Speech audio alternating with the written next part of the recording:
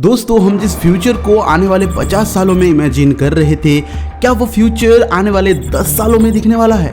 क्योंकि एक recent study में ये बात कंफर्म हुआ है कि चैट जीपीटी दुनिया के 1% क्रिएटिव थिंकर्स में आ गया। अगर इस बात की ग्रेविटी आपको कम सुनाई दे रही है तो इतना समझ लो कि नए नए इन्वेंशंस जो होते हैं वो क्रिएटिव थिंकिंग के वजह से ही होते हैं, और वही क्रिएटिव फील्ड में एक एआई अपना जगह बना लिया है। तो शायद हमें आने वाले 50 सालों का ग्रोथ नेक्स्ट 10 सालों में देखने को मिलेगा। चलो जानते हैं इस स्टडी में था क्या जो चैट जीपीटी 1% में पहुंच गया। So recently university of Montana के रिसर्चर्स ने चैट जीपीटी को TTCT एग्जाम में शामिल किया, Torrance test of creative thinking. ये एक पॉपुलर क्रिएटिव एग्जाम है जहां उस यूनिवर्सिटी के 24 स्टूडेंट के साथ मिलके चैट जीपीटी के 8 रिप्लाईज को 2700 TTCT एग्जाम रिजल्ट से कंपेयर किया गया। और आप सुन के हैरान होंगे, 2700 क्रिएटिव एग्जामर्स को बीट करके चैट जीपीटी ने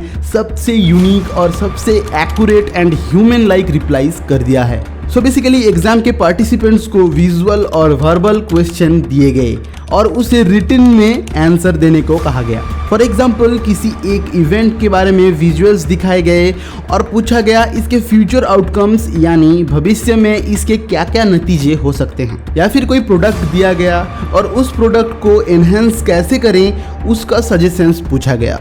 एक्चुअली इस टाइप के एक्सपेरिमेंट से 3 मेंटल कैरेक्टरिस्टिक पता चलता है। फ्लुएंसी यानी आंसर देते वक्त कहीं अटक तो नहीं रहा, यूनिकनेस यानी कुछ नया या फिर हटके, और एडेप्टेबिलिटी यानी आइडियाज को एक बड़े स्केल पर विचार करना। और इस रिसर्च में चैट जीपीटी के रिप्लाईज सबसे यूनिक, क्रिएटिव और टॉप पर थे, लगभग 97% एक्यूरेट और innovative answers. Eric Guzik, the author of TTCT exam paper, जो कि मोंटाना यूनिवर्सिटी के असिस्टेंट क्लिनिकल प्रोफेसर भी हैं, उन्होंने कहा चैट जीपीटी हमें फ्यूचर बिजनेस और एंटरप्रेन्योरशिप में मार्गदर्शन करेगा। और इस चीज से हम अंदाजा लगा सकते हैं कि आर्टिफिशियल इंटेलिजेंस की एबिलिटी कितना है। मैं आप सबसे बस यही कहना चाहूँगा कि समय के साथ साथ खुद को अपग्रेड करते रहें, क्योंकि आने वाला समय बहुत ही ज़्यादा चैलेंजिंग होने वाला है।